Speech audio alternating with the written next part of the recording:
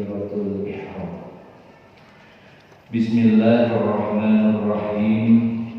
Qala al-musannifu rahi wa bi barakati ulumihi wa bikum fid daraini amin. Qala faslun, ay hadza faslun, ini merupakan satu fasal, satu pembahasan syurutu takbiratil ihrami, bermula syarat-syarat takbiratul ihram. Sittata asyara, ada 16. Para jamaah sekalian, di dalam melaksanakan ibadah kita tidak pernah terlepas dengan sesuatu yang memang harus kita pelajari, yakni ilmunya, terutama di dalam masalah ibadah sholat.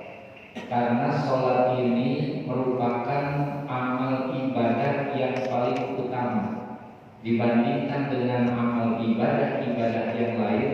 Sholat mempunyai kedudukan yang tinggi di sisi Allah Subhanahu wa Ta'ala. Kalau kita melihat di dalam surah Ad-Dariyat, di mana Allah berfirman, "Wa ma khalaqtul jinna wal insa illa liya'budun." Dan tidaklah aku ciptakan jin dan manusia melainkan untuk beribadah kepadaku. Liya'budun ini di dalam tafsir Jalalain ada 4 komponen. Kewajiban kita yang khusus beribadah kepada Allah itu bagaimana? Dalam tafsir yang khusus ini ada 4 komponen. Salah satunya adalah menjalankan perintah-perintah Allah. Dan yang paling utama di dalam menjalankan perintah Allah ini adalah melaksanakan ibadah sholat. Nah, di dalam menjalankan ibadah sholat ini tentu tidak mudah, melainkan memang kita harus pelajari ilmunya. Dalam matan Zubat, wa kullu man bi ghairi ilmin ya'malu, wa kullu man, dan setiap orang, ya, wa kullu man bi ghairi ilmin, setiap orang melaksanakan satu amal ibadah bi ghairi ilmin, tanpa adanya ilmu, a'maluhu mardudatun la tuqbal. Amaluhu, maka amal ibadahnya itu mardudatun, tertolak, la tuqbal, tidak diterima oleh Allah Subhanahu wa Ta'ala. Karena itu memang kita diperintahkan untuk mempelajari, terutama di dalam masalah ibadah-ibadah harian kita, terutama ini di dalam masalah sholat. Kita sudah mempelajari tentang syarat-syarat sahnya sholat, rukun-rukun sholat, termasuk sunnah-sunnahnya. Ada 3 komponen. Ada yang namanya rukun qalbi, niat yang sudah kita pelajari. Kemudian yang kedua rukun qauli, rukun yang memang harus kita ucapkan. Disinilah pembahasan kita sudah masuk. Yang pertama, rukun yang termasuk rukun qauli itu adalah takbiratul ihram. Ini memang banyak syarat-syarat yang harus kita tunaikan. Karena apa? Yang namanya sholat itu adalah aqwalun wa af'alun, ucapan dan perbuatan muftatahatun bitakbir, yang diawali dibuka dengan takbiratul ihram, wa muftatamatun bitaslim, dan diakhiri dengan salam. Inilah syarat-syarat yang memang harus kita penuhi. Ini dalam rangka kita mengkaji muzakarah ini, dalam rangka adalah memberikan kualitas amal ibadah kita kepada Allah semakin lebih baik. Maka yang kita pelajari di sini, yang pertama rukun qauli itu adalah takbiratul ihram. Ada 16 syarat yang harus terpenuhi. Nah, ini dikatakan ini wahidun, kalau seandainya salah satunya ini tidak terpenuhi, salah satunya rusak, lam tan'aqidis sholatu, maka sholatnya ini tidak sah. Ini baru takbiratul ihram. Maka kita akan membahas 16 perkara ini di dalam masalah takbiratul ihram. Apa yang pertama, syarat-syarat takbiratul ihram agar sholat kita sah itu, syarat yang pertama adalah al-awwalu an taqa'a halatal qiyami fil fardhi. Yang pertama, takbiratul ihram itu terletak halatal qiyami dalam kondisi kita berdiri, fil fardhi di dalam sholat fardu. Karena rukun untuk melaksanakan sholat fardu itu adalah berdiri, alal qiyami alal qadiri, bagi orang yang mampu. Kalau seandainya kita nggak mampu, kondisi misalnya uzur atau kita sakit, boleh kita duduknya, sholatnya duduk. Tapi untuk yang normal berarti kita harus, posisi kita harus berdiri. Al-ba'dal intisab, setelah kita ini berdiri tegak. Nah, ini yang pertama. Jadi takbiratul ihram itu merupakan takbir yang pertama. Takbir itu ada dua. Ada yang namanya takbiratul ihram, ada lagi yang namanya takbir intikal. Kalau takbiratul ihram dinamakan takbiratul ihram, ini takbir permulaan sholat dan wajib hukumnya untuk kita suarakan. Ya. Ihram ini karena memang diharamkan yang sebelumnya itu halal, ya.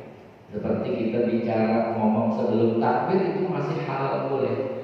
Makan sebelum takbiratul ihram boleh, minum boleh. Tapi ketika takbiratul ihram, takbir yang mengharamkan segala sesuatu yang semula boleh, maka menjadi haram. Inilah dinamakan takbiratul ihram.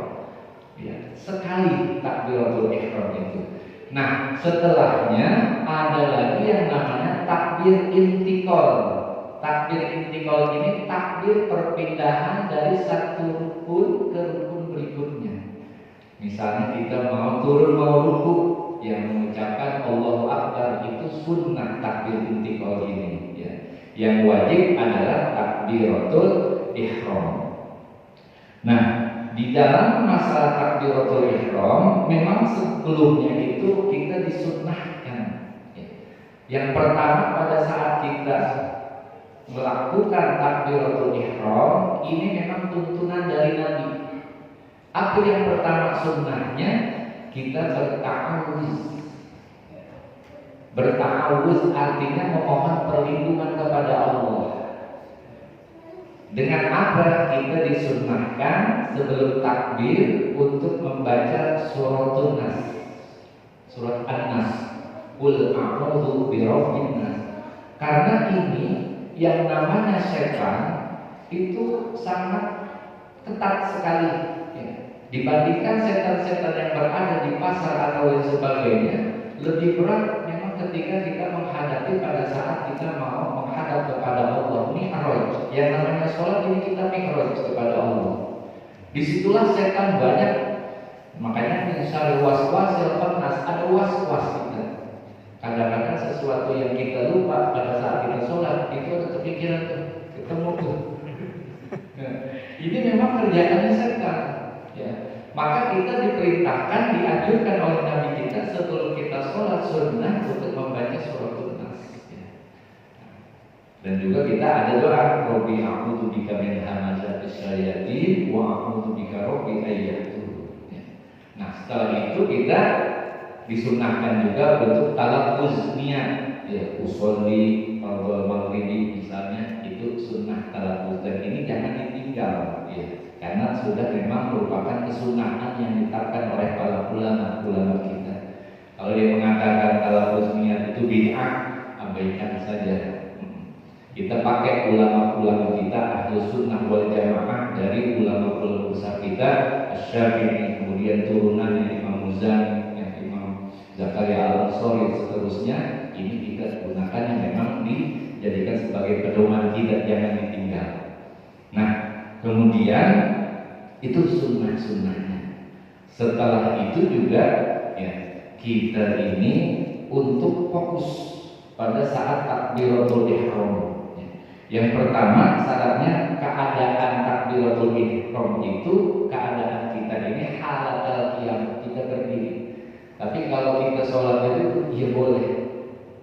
termasuk sholat sunnah boleh kita duduk, misalnya taraweh kita capek boleh kita duduk, tapi tetap kita punya adab, secapeknya apapun kita menghadap kepada Allah memberikan yang terbaik di dalam masalah ibadah sholat. Kemudian yang kedua, wasani, syarat takbiratul ihram itu adalah antakuna bil arabiyah. Yang namanya keadaan takbiratul ihram itu diucapkan dengan bahasa Arab. Lil qadiri, bagi orang yang mampu. Kalau sekedar mengucapkan Allahu Akbar, insya Allah kita semuanya bisa. Tapi memang fikih ini memberikan kemungkinan-kemungkinan. Kalau sekiranya ada orang, mungkin dia mu'allim baru masuk Islam, nggak bisa mengucapkan takbiratul ihram, ucapan Allahu Akbar dengan bahasa dia, misalnya bahasa Indonesia Allah Maha Besar, itu masih diperbolehkan. Ini darurat bagi orang yang memang tidak bisa mengucapkan Allahu Akbar. Tapi di saat itu dia memang harus ditekankan untuk belajar, gitu. Tetap belajar, ya. Tapi insya Allah yang namanya sekedar mengucapkan Allahu Akbar masa sih nggak bisa begitu. Jadi di sini dikatakan lil qadiri, bagi orang yang mampu. Kemudian wasalisu, syarat takbiratul ihram yang ketiga adalah antakuna bilafzil jalalati. Takbiratul ihram itu dengan ucapan lafzul jalalah, yakni lafaz Allah. Lafaz Allah itu namanya lafzul jalalah. Maka fala yasifur rahmanu akbar, maka enggak boleh selain lafaz Allah kita ucapkan, misalnya dari Asmaul Husna Ar-Rahmanu Akbar misalnya, ini enggak boleh, enggak sah. Jadi udah paten kalau yang namanya takbiratul ihram itu ucapannya adalah Allah, lafzul jalalah, ya. Kenapa? Ada lafzul jalalah kagak ada nama-nama lafzul jalalah, kagak ada nama Allah di situ. Maka enggak sah. Jadi syarat yang ketiga menggunakan lafzul jalalah, yakni lafaz Allah.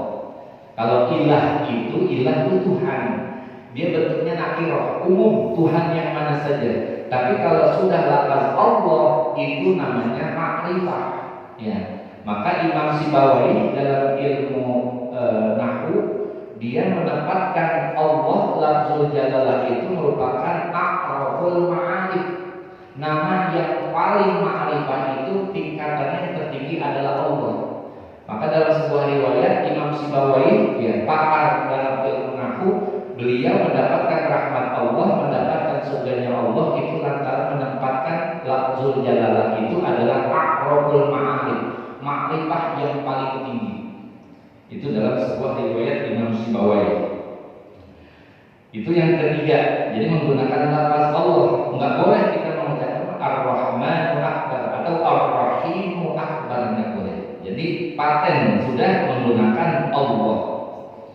Kemudian warrabimu,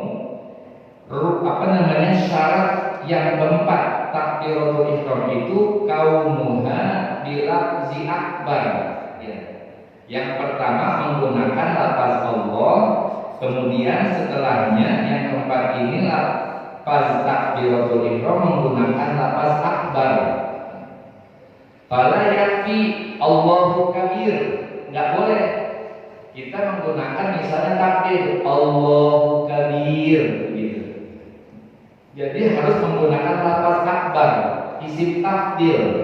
Sangat, kalau akbar yang paling besar, kalau kabir besar. Tapi kalau akbar isim takbir, dia ini maknanya yang paling, ya. Maka ini menjadikan bagi kita untuk meresapi makna Allahu Akbar, Allah Maha Besar, kita terapkan dalam kehidupan kita. Segala sesuatu di alam ini, jagat raya ini semuanya kecil. Inilah penerapan pada saat kita mengucapkan Allahu Akbar. Segala sesuatu yang di alam ini kecil dan besar hanya Allah Subhanahu wa Ta'ala. Kemudian wal khamisu at-tartibu, syarat yang kelima dari takbiratul ihram itu adalah at-tartibu bainal lafzaini, ya. Tertib berurutan, bersusunan di antara dua lafaz. Jadi nggak boleh kita balik Allahu Akbar, kita balik Akbarullah. Nah, ini juga tidak diterima, tidak sah. Jadi udah paten tuh. Ucapan takbiratul ihram itu adalah Allahu Akbar. Ini berbeda halnya dengan salam, ya. Bihilafi nazirihi bis salam. Kalau salam kan ucapannya termasuk rukun qauli, ya. Salam, assalamualaikum warahmatullahi, assalamualaikum warahmatullahi. Kalau salam itu tidak dituntut untuk bersusunan tertib, mubtada sama khobar enggak perlu sama, ya. Boleh misalnya kita kedepankan khobarnya. Kalau kita salam assalamualaikum, kita balik Waalaikumsalam warahmatullahi, itu termasuk boleh salam kita. Tapi jangan kita praktekin, nanti jadi ramai. Ini makruh, meskipun boleh, ya. Karena dalam salam itu tidak menuntut tertib, boleh alaikumnya duluan atau juga assalamualaikum, ya. Jadi boleh mendahulukan mubtada, boleh juga mendahulukan khobar. Waalaikumsalam, begitu. Maka ketika salam ini sebenarnya yang bagus kita ketika ada orang mengucapkan salam assalamualaikum, kita jawabnya waalaikumsalam. Mimnya itu sempurnanya kita harokatin, ya. Jangan kita waalaikumsalam, tapi yang bagus waalaikumsalam, begitu. Ya boleh sih baca waalaikumsalam, tapi yang bagus adalah waalaikumsalam, sebab alif lam sin itu adalah dia ada tasdid, jadi mimnya kita bariskan waalaikumsalam, dia bentuknya makrifah, ya. Ini penghormatan, keselamatan yang bentuknya makrifah khusus, bagi keselamatan buat kalian. Kalau waalaikumsalam sifatnya umum, itu yang diajarkan. Maka kalau di dalam masalah takbiratul ihram tidak boleh kita balik, ya. Kita nggak boleh mengucapkan akbarullah. Tapi kalau dalam salam ini boleh, ya. Kalau bicara boleh, tapi sifatnya makruh. Kalau misalnya ada orang salam, misalnya kita lagi di mana-mana, dia menggunakan salamnya Waalaikumsalam warahmatullahi, Waalaikumsalam warahmatullahi, yang disalahin itu memang ada dari boleh, tapi ini kita tetap menggunakan yang masyhur, ya, yang masyhur yang memang sudah diajarkan oleh ulama kita. Jadi tetap kita menggunakan salam itu assalamualaikum, ya, assalamualaikum warahmatullahi. Kalau takbiratul ihram tidak boleh tidak sah kalau kita balik, ya. Kemudian wasadisu, syarat yang keenam takbiratul ihram itu alla yamudda hamzatal jalalati, tidak boleh memanjangkan hamzah pada lafzul jalal, pada kata atau lafaz Allah. Misalnya kita takbiratul ihram, kita mengucapkannya itu panjangnya itu hamzah itu. Ini nggak boleh, batal, bahkan nggak sah takbiratul ihram kita. Kenapa? Kalau kita panjangin hamzahnya nanti merubah makna. Di situ kalau kita belajar nahwu, ketika memanjangkan hamzah berarti ada dua hamzah di situ. Asalnya Allahu, karena dua hamzah dijadikan satu, maka jadinya satu hamzah panjang.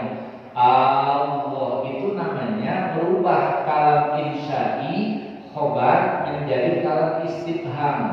Nanti maknanya itu kalau kita mengucapkan Allahu Akbar, maknanya apakah Allah itu maha besar? Itu kalau istifham. Ini menyebabkan seseorang itu keraguan terhadap keyakinan. Ketika dia tahu itu, dia mengucapkan seperti itu, nanti bisa mengakibatkan dia kufur. Ya, ini yang harus kita pahami. Maka kita takdirnya Allah langsung, A-nya langsung menuju kepada lam bertasdid. Allah. Jangan kita panjangin hamzahnya. Allah. Ini mengakibatkan nanti berubah makna. Jadi artinya itu apakah hamzah istifham, kalimat pertanyaan. Maka kita tidak diperbolehkan untuk memanjangkan hamzah pada lafzul jalalah, begitu.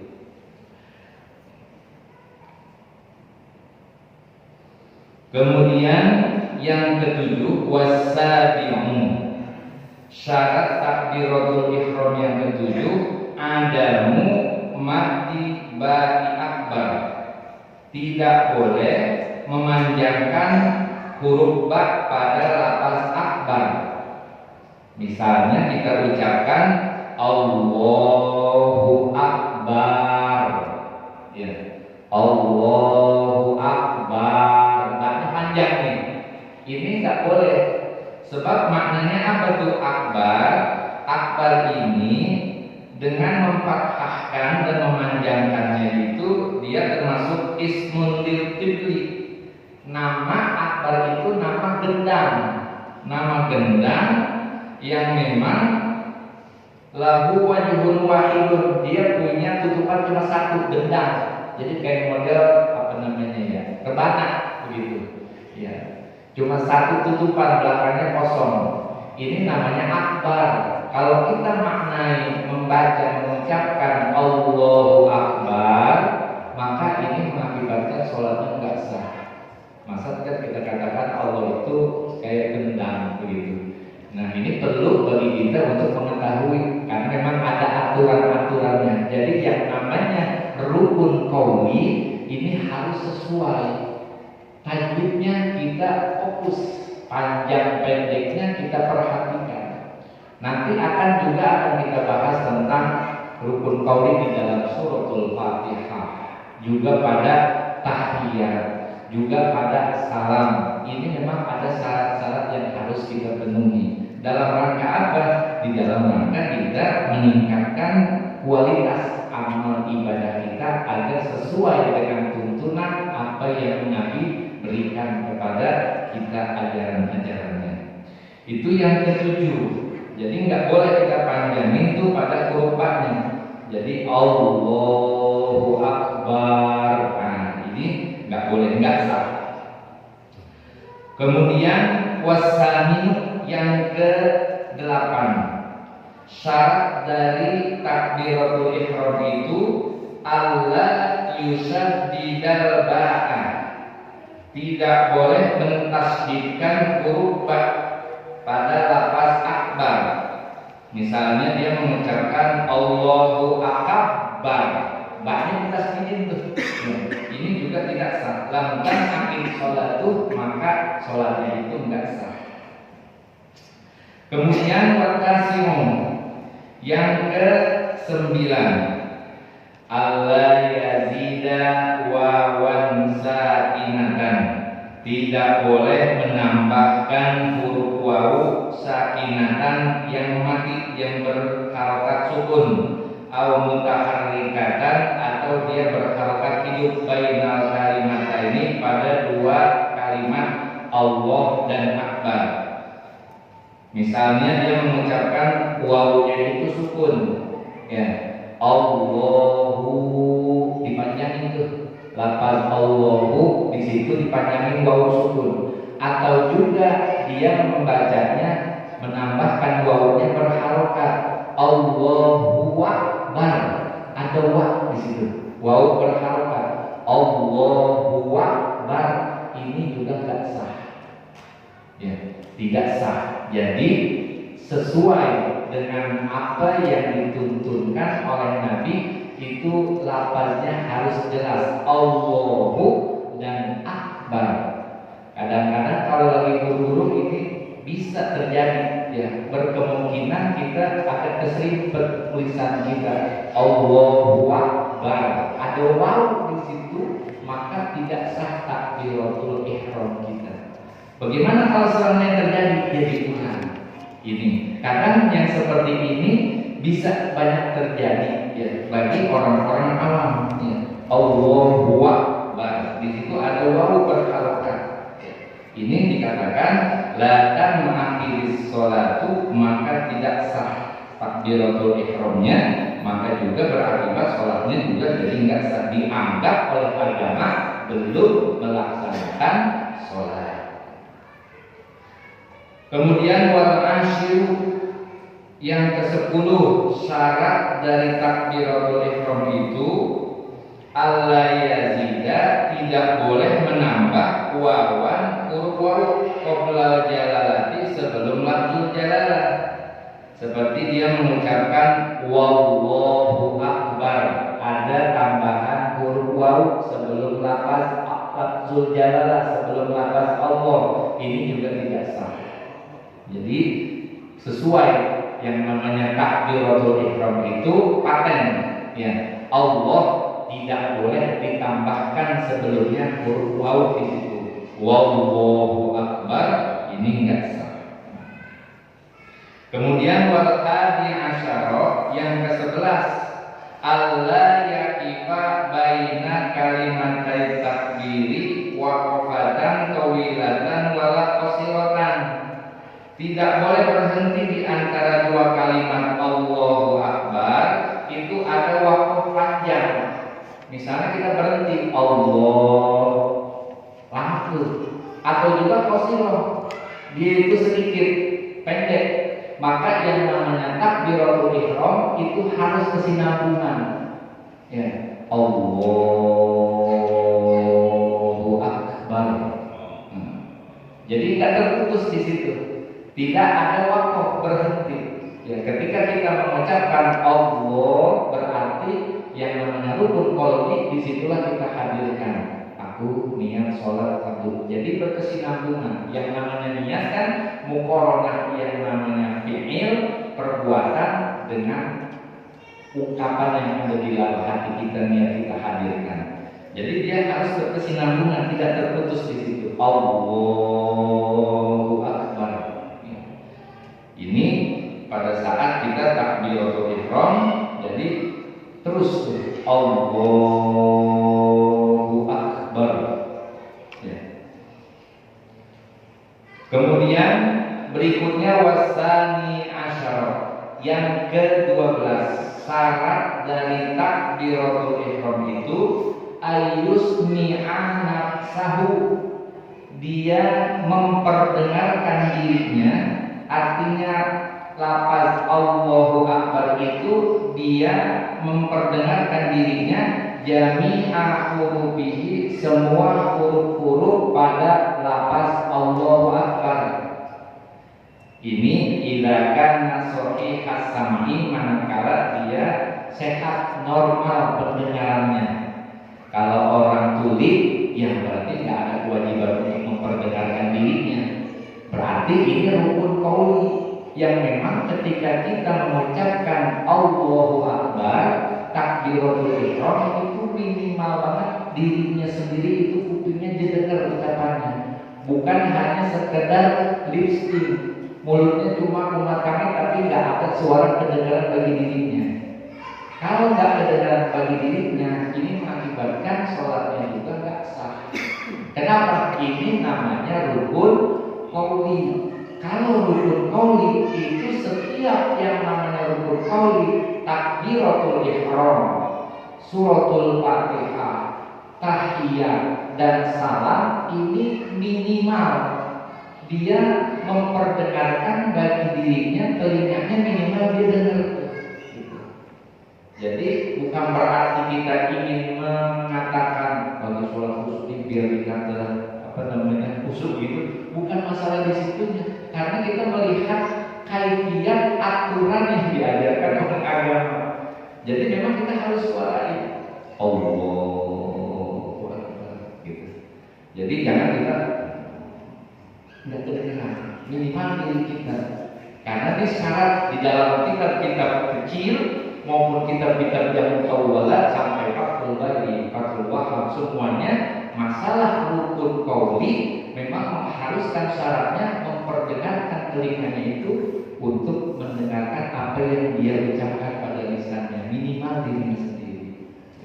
Karena ini standar ya, hukum yang memang diajarkan oleh Nabi. Shollu kama ra'aitumuni usolli.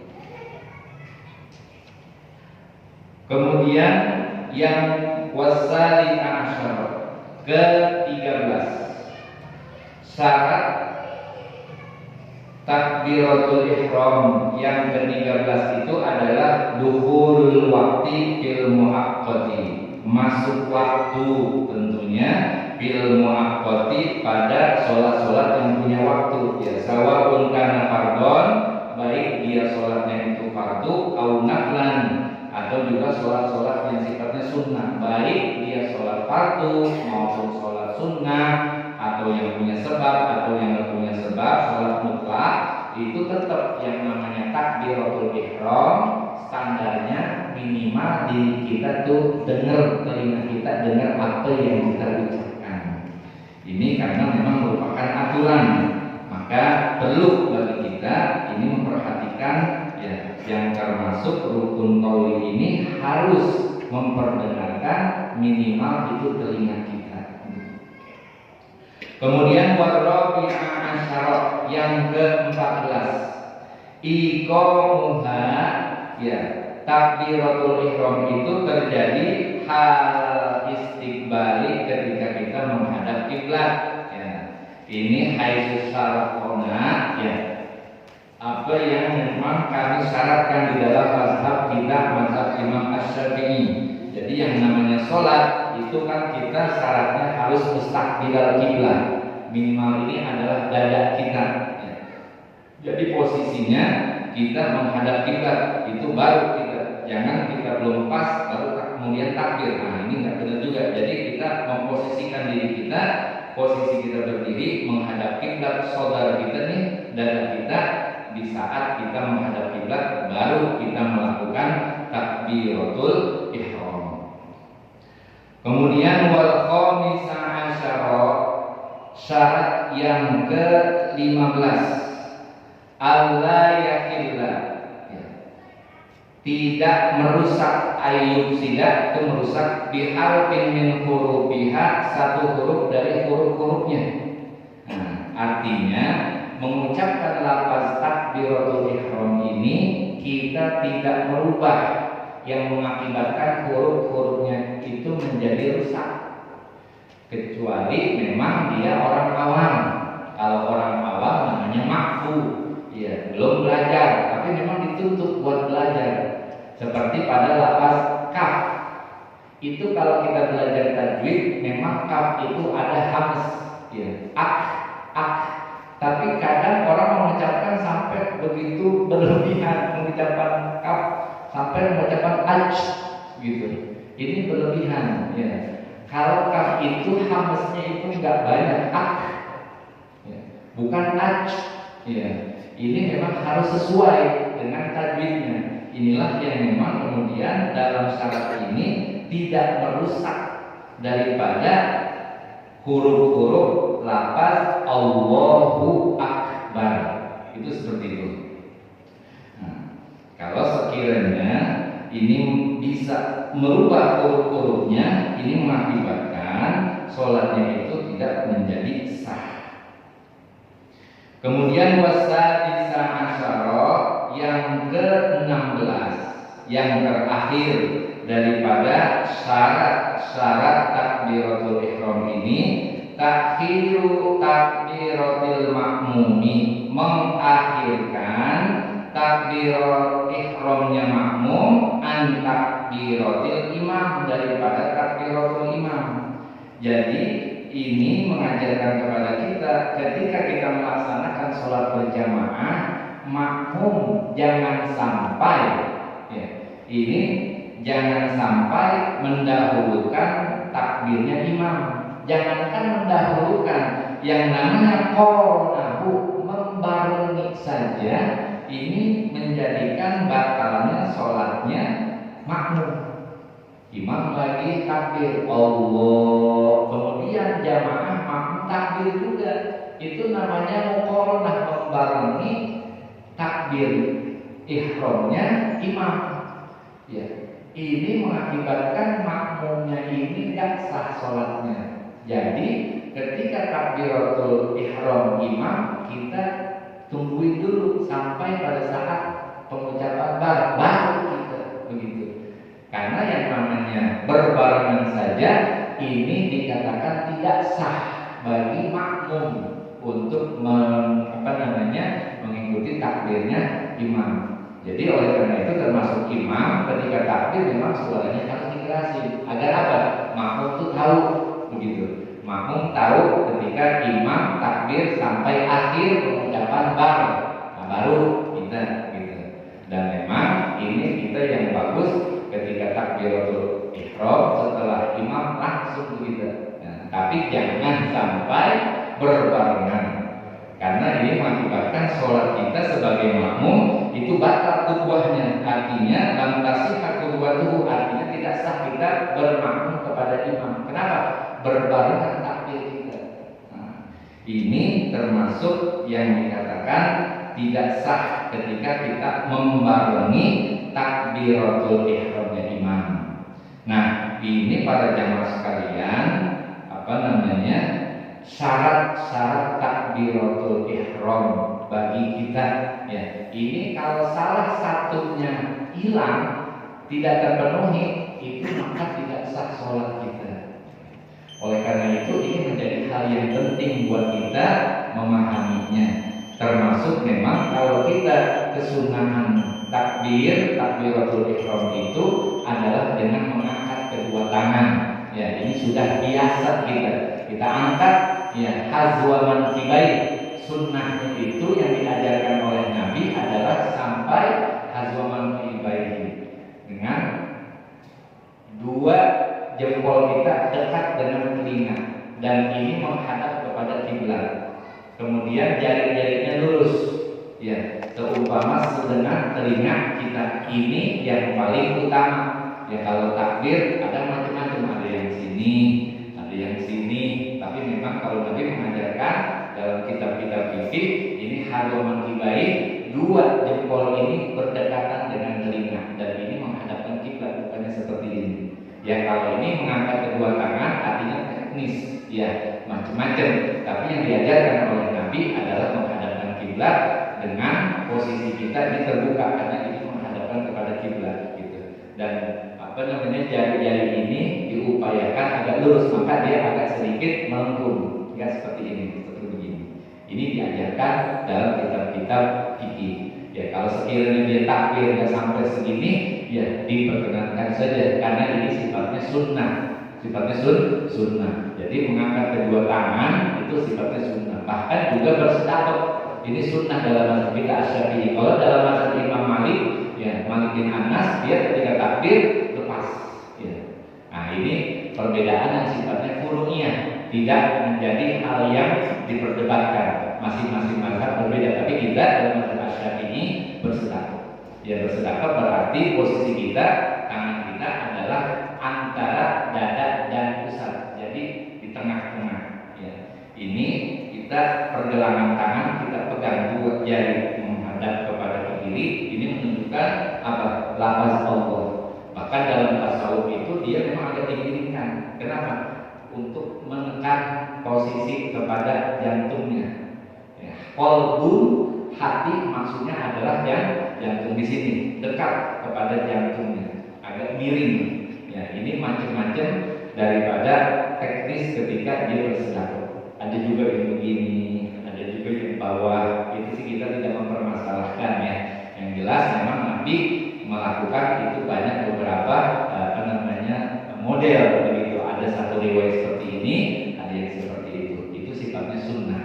Nah, ini para jemaah sekalian terkait dengan masalah syarat-syarat takbiratul ihram. Mungkin ada sesuatu yang belum jelas atau yang ingin ditanyakan, saya persilakan terkait dengan syarat-syarat takbiratul ihram.